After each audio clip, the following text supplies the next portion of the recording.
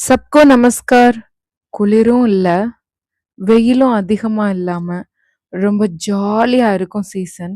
அதுதான் என்ன சீசன் நம்ம இன்னைக்கு பார்க்க போறோம்.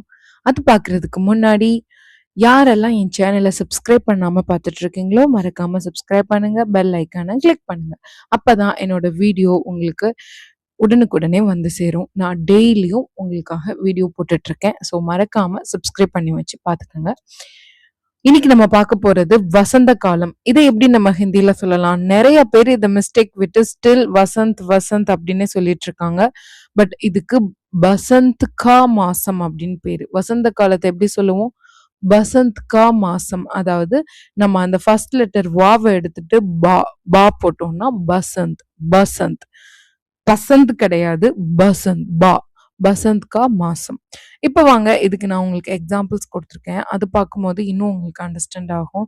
வசந்த காலம் நல்லா இருக்கும். பசந்த் கா மாசம் அச்சா ஹோத்தா ஹே. பசந்த் கா மாசம் அச்சா ஹோத்தா ஹே. வசந்த காலம் மார்ச் ஏப்ரல் மாதத்துல வரும். बसंत का मौसम मार्च अप्रैल में आता है. बसंत का मौसम मार्च अप्रैल में आता है. இந்த சீசன் ரொம்ப நல்லா இருக்கும். ஏ मौसम बड़ा अच्छा होता है.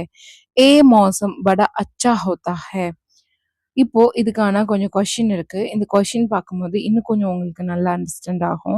வசந்த காலம் எப்படி இருக்கும்? बसंत का मौसम कैसे होता है? बसंत का मौसम कैसे होता है? வசந்த காலம் எப்போது வரும்? बसंत का मौसम कब आता है? बसंत का मौसम कब आता है? இது நல்ல சீசனா?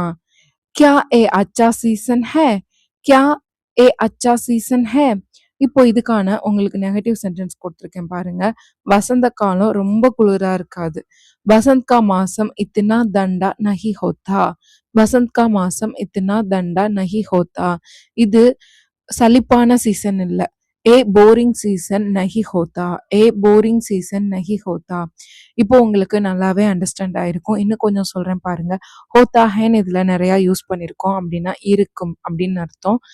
ஹோத்தா ஹேனா இருக்கும், ஆத்தா ஹேனா வரும், சல்தா ஹேனா நடக்கும் அப்படின்னு அர்த்தம். அதாவது நடக்குது.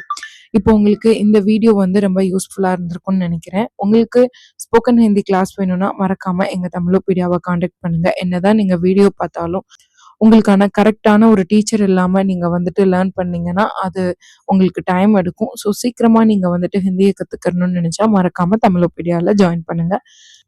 இவ்ளோ பார்த்துட்டு உங்கள்ட்ட கொஸ்டின் கேட்காமலா? இது உங்களுக்கான நேரம். இது உங்களுக்கான கேள்வி. உங்களுக்கான இன்னைக்கான கேள்வி என்னன்னு பார்த்தீங்கன்னா, இந்த நேரத்துல வசந்த காலம் நடக்குது. இதை எப்படி ஹிந்தியில சொல்றதுன்னு மறக்காம கமெண்ட் செக்ஷன்ல கமெண்ட் பண்ணுங்க. இந்த வீடியோ பிடிச்சிருந்தா லைக் பண்ணுங்க, கமெண்ட் பண்ணுங்க, சேனலை சப்ஸ்கிரைப் பண்ணுங்க.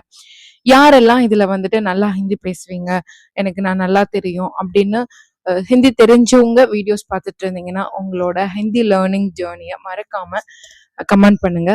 ஏன்னா நீங்க எப்படியெல்லாம் லேர்ன் பண்ணீங்கன்னு சொன்னீங்கன்னா மற்ற லேர்ன் பண்ணிட்டு இருக்க லேர்னர்ஸ்க்கு ரொம்ப யூஸ்ஃபுல்லா இருக்கும். ஸோ வந்துட்டு யாரெல்லாம் நல்லா ஹிந்தி தெரிஞ்சு பேசுறவங்க இந்த சேனலை பார்த்துட்டு இருக்கீங்களோ மறக்காம உங்களோட எக்ஸ்பீரியன்ஸை ஷேர் பண்ணுங்க. தன்யவாத்.